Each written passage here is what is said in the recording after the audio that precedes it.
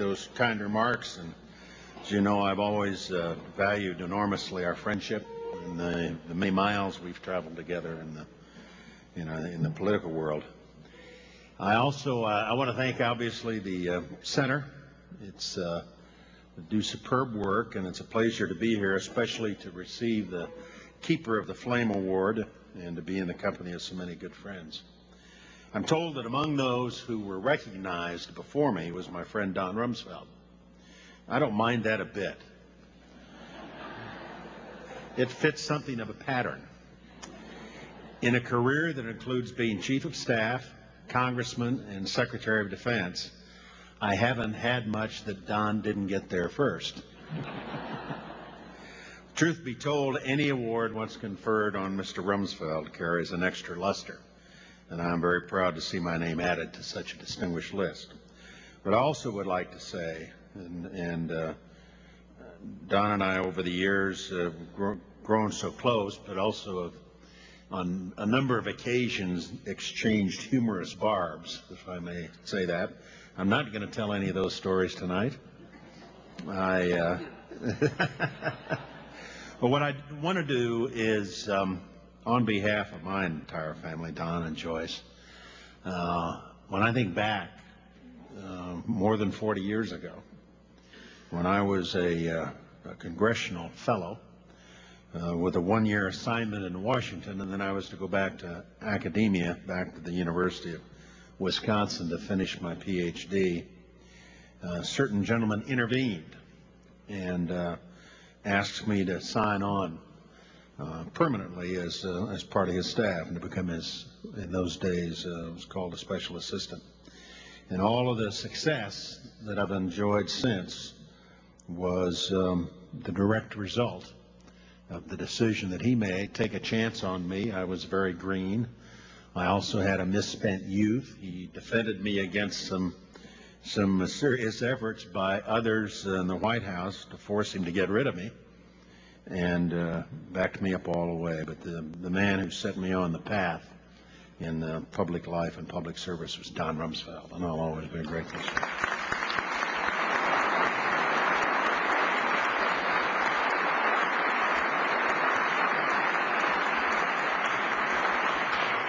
Frank Gaffney and all the supporters of the Center for Security Policy, I want to thank you for the honor.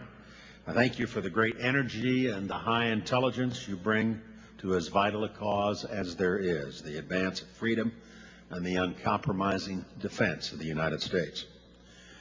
Most anyone who's given responsibility in matters of national security quickly comes to appreciate the commitments and structures put in place by others who came before. You deploy a military force that was planned and funded by your predecessors. You inherit relationships with partners and obligations to allies that were first undertaken years and sometimes even generations earlier. With the authority you hold for a little while, you have great freedom of action. And whatever course you follow, the essential thing is always to keep those commitments and to leave no doubt about the credibility of your nation's word. So among my other concerns about the drift of events about the present administration, I consider the abandonment of missile defense in Eastern Europe to be a strategic blunder and a breach of good faith.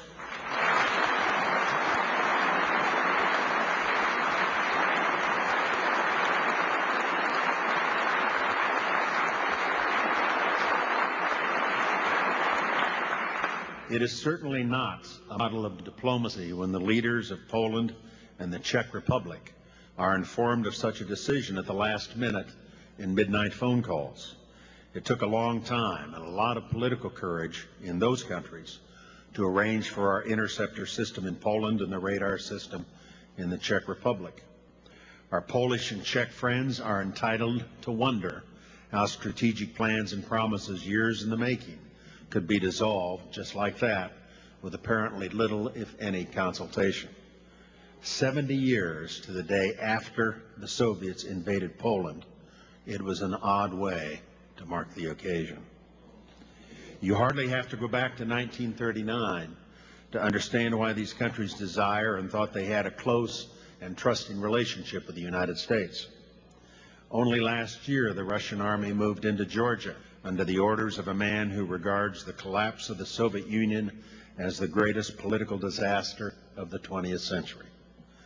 Anybody who spent much time in that part of the world knows what Vladimir Putin is up to, and those who try placating him by conceding ground and accommodating his wishes will get nothing in return but more trouble.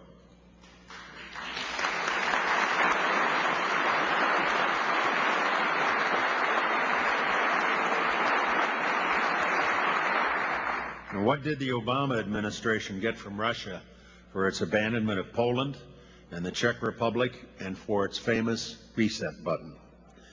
Another deeply flawed election and continued Russian opposition to sanctioning Iran for its pursuit of nuclear weapons.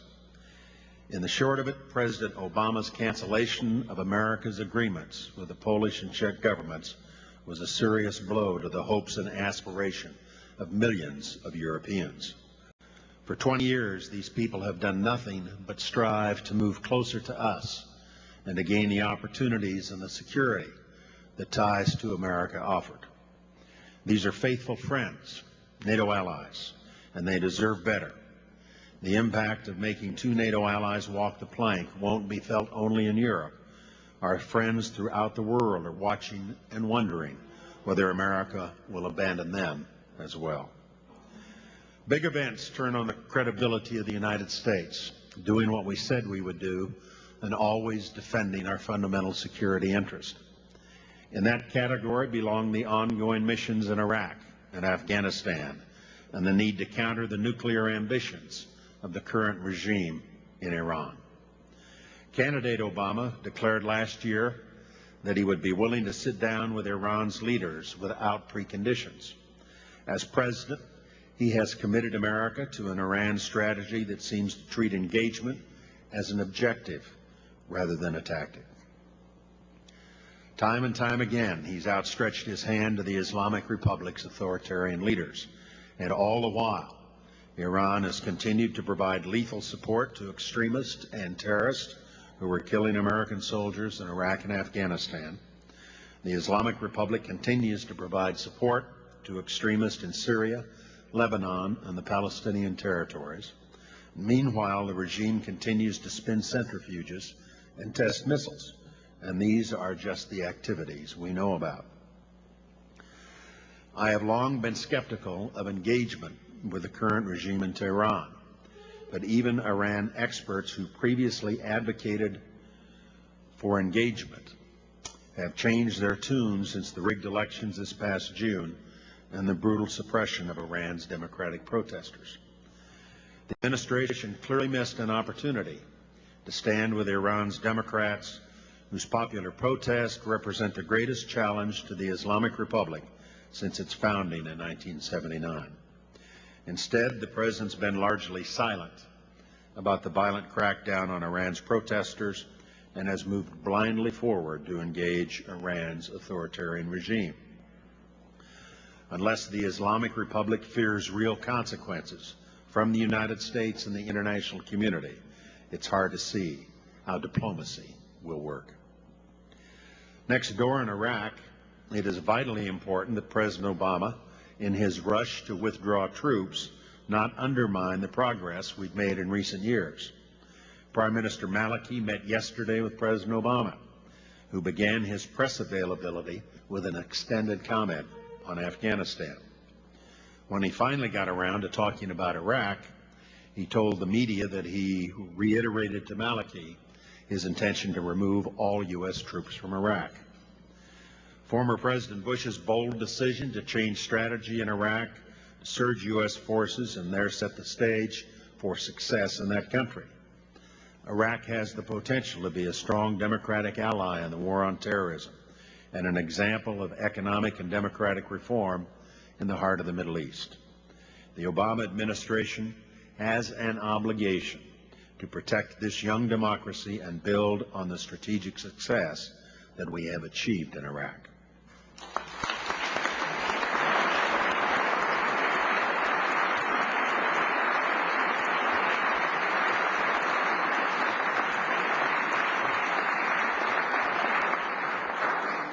We should all be concerned as well with the direction of policy on Afghanistan.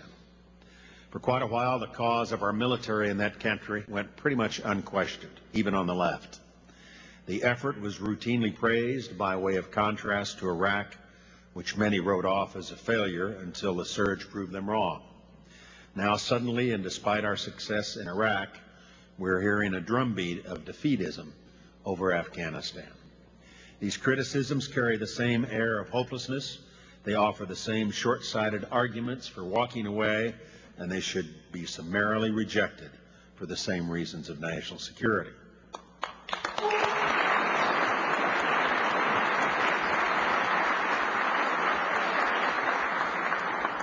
Having announced his Afghanistan strategy in March, President Obama now seems afraid to make a decision and unable to provide his commander on the ground with the troops he needs to complete the mission.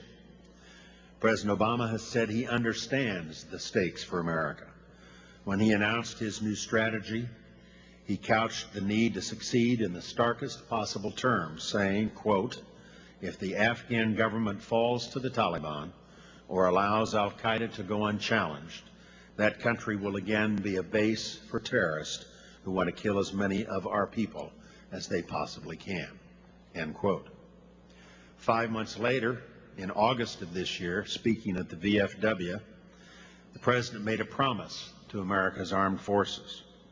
"I will give you a clear mission," he said, "defined goals, and the equipment and support you need to get the job done. That's my commitment to you," end quote.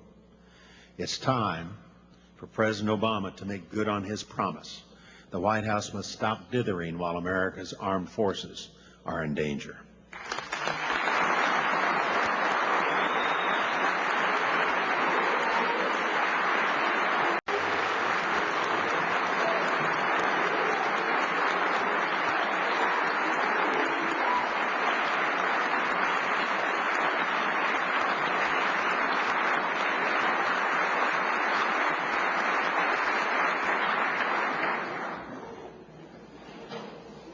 Make no mistake, signals of indecision out of Washington hurt our allies and embolden our adversaries. Waffling while our troops on the ground face an emboldened enemy endangers them and hurts our cause. Recently, President Obama's advisors have decided that it's easier to blame the Bush administration than support our troops. This weekend, they leveled a charge that cannot go unanswered. The President's Chief of Staff claimed that the Bush administration had not asked any tough questions about Afghanistan, and he complained that the Obama administration had to start from scratch to put together a strategy. In the fall of 2008, fully aware of the need to meet new challenges being posed by the Taliban, we dug into every aspect of Afghanistan policy, assembled a team that traveled to both Afghanistan and Pakistan, reviewing options and recommendations, and briefing President-elect Obama's team. They asked us not to announce our findings publicly, and we agreed, giving them the benefit of our work and the benefit of the doubt. The new strategy that they embraced in March, with a focus on counterinsurgency and an increase in the number of troops, bears a striking resemblance to the strategy we passed to them during the transition before the inauguration.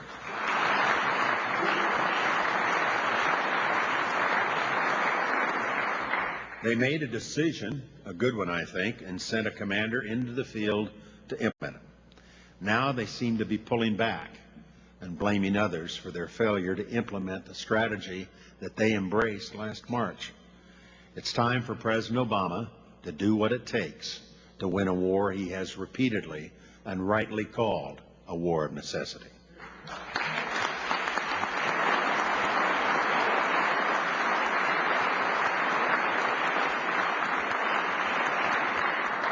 It's worth recalling that we were engaged in Afghanistan in the 1980s, supporting the Mujahideen against the Soviets.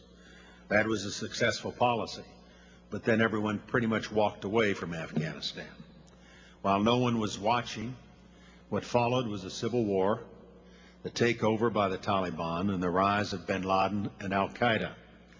All of that set in motion the events of 9/11. When we deployed forces 8 years ago this month, it was to make sure Afghanistan would never again become a training ground for killing Americans. Saving untold thousands of lives is still the business at hand in this fight.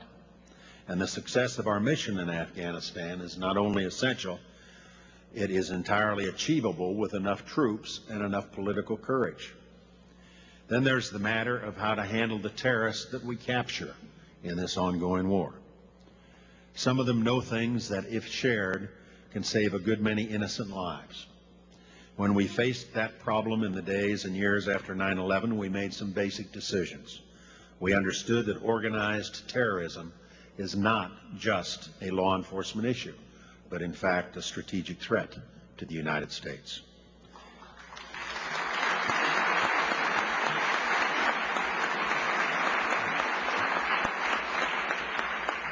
At every turn, we understood as well that the safety of the country required information known only to the worst of the terrorists. We had a lot of blind spots, and that's an awful thing, especially in wartime. With many thousands of lives potentially in the balance, we did not think it made sense to let the terrorists answer questions in their own good time, if they answered them at all. The intelligence professionals who got the answers we needed from terrorists had limited time, limited options, and very careful legal guidance. They got the baddest actors we picked up to reveal things they really didn't want to share. In the case of Khalid Sheikh Mohammed, by the time it was over, he was not only talking, he was practically conducting seminars, complete with chalkboards and charts. It turned out he had a professorial side, and our guys didn't mind at all if the classes ran overly long.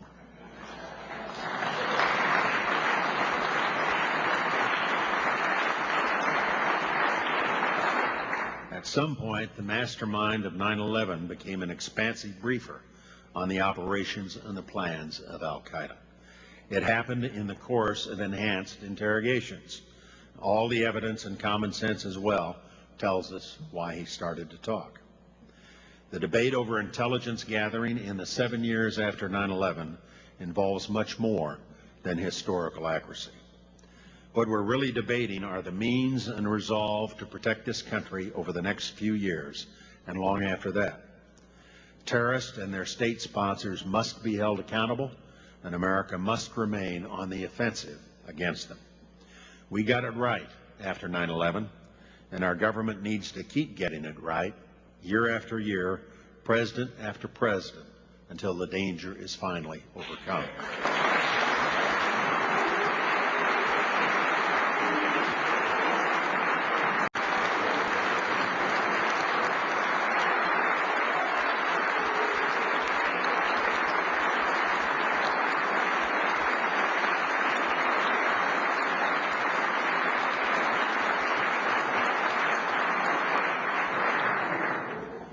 Our administration always faced its share of criticism, and from some quarters, it was always intense. That was especially so in the later years of our term, when the dangers were as serious as ever, but the sense of general alarm after 9/11 was a fading memory. Part of our responsibility, as we saw it, was not to forget the terrible harm that had been done to America, and not to let 9/11 become the prelude to something much bigger and far worse. 8 years into the effort, one thing we know is that the enemy has spent most of the time on the defensive, and every single attempt to strike inside the United States has failed.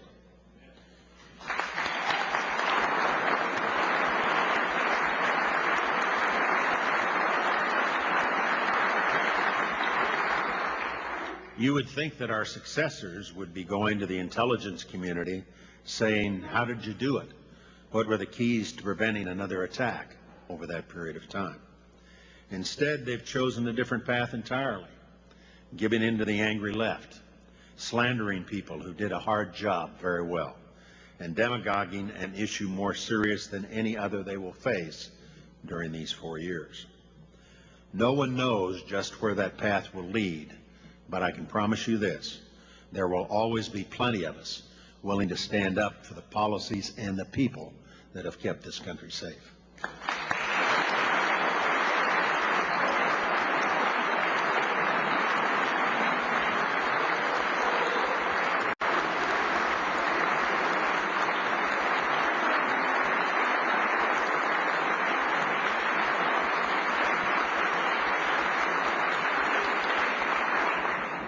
On the political left, it will still be asserted that tough interrogations did no good because this is an article of faith for them and actual evidence is unwelcome and disregarded. President Obama himself has ruled these methods out. When he last addressed the subject, he filled the air with vague and useless platitudes. His preferred device is to suggest that we could have gotten the same information by other means. We're invited to think so, but this ignores the hard, inconvenient truth that we did try other means and techniques to elicit information from Khalid Sheikh Mohammed and other al-Qaeda operatives, only turning to enhanced techniques when we failed to produce the actionable intelligence we knew they were withholding. In fact, our intelligence professionals in urgent circumstances with the highest of stakes obtained specific information, prevented specific attacks, and saved American lives. In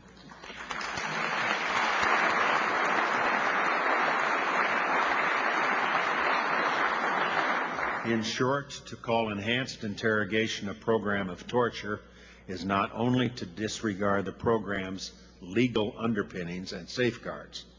Such accusations are a libel against dedicated professionals who acted honorably and well in our country's name and in our country's cause.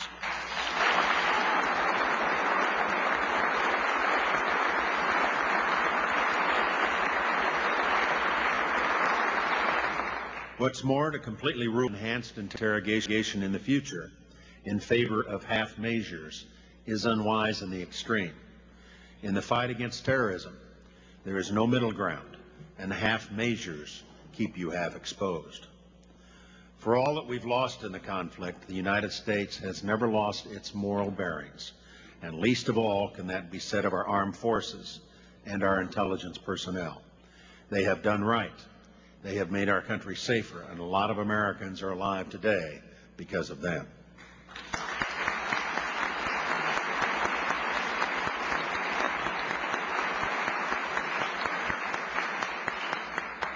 Last January 20th, our successors in office were given the highest honors that the voters of this country can give any two citizens.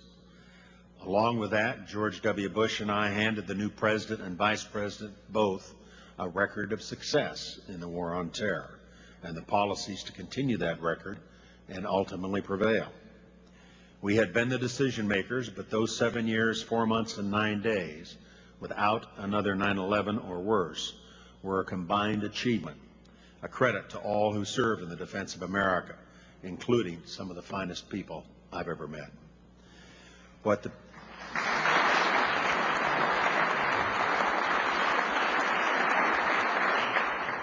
the President administration does with these policies is their call to make and will become a measure of their own record.